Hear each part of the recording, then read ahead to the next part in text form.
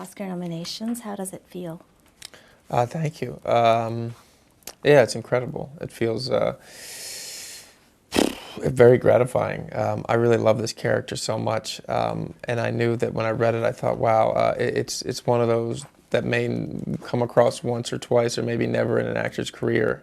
You know, I'm just happy that I was able to do it enough justice for it to be recognized, because I think it's worthy of it, the Pat.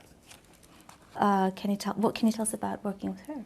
But what's uncanny about her is that she's not 68. As you said, she's 21, and she seems 10 and 40 at the same time. And she has such an acute awareness of what's right in terms of what works for the movie. And, you know, there'd be moments where you'd see this like little girl doing cartwheels waiting to go, and then all of a sudden she'll say, well, maybe we should put the camera there and this scene would work here. Maybe if you say this, and all of a sudden everybody's just like, wow, she is so keen, you know, tapped into what's happening. She also doesn't take anything too seriously, so there's a very relaxed atmosphere, and she just has a wonderful quality about her. She's an infectious personality to be around.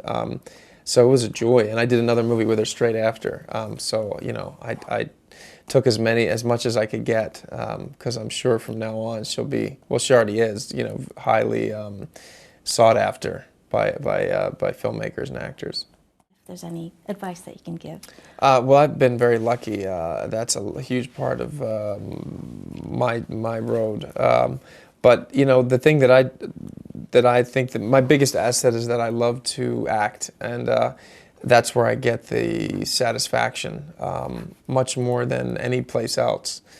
So it's in the doing of it, and I think that is the key to sustaining that passion for working. If you're looking at it for any other reason, I think it's probably not a great idea to pursue it. But if you really do love storytelling through this medium, then you know, my advice is never listen to anybody who tells you not to do it, because if you do, you're really going against what you feel inside of yourself. But I've definitely come across people as I went through school or starting out who I think may have done it for other reasons, and that's just, it's hard to sustain that engine if you're not getting satisfaction from the doing of it. So whether it's a small play in some, you know, 40-seat house in New York City, or you know, being on the set of a David O. Russell movie, the hope is that you get a similar satisfaction. What do you think that is? What is that, the appeal? What is that draw that the film thank has? you for saying that. I think that is maybe because it's a reflection of what real people go through. I know anything that's traumatic that has happened to me, there have been a lot of comedic moments, and I think that's why it's been difficult to pinpoint a genre that you can connect to this film. It's not really a comedy, it's not really a drama.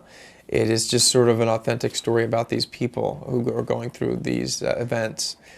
But that's wonderful that you say that. You know, that is the hope, is that people will laugh and cry along with the movie, because the characters certainly do that.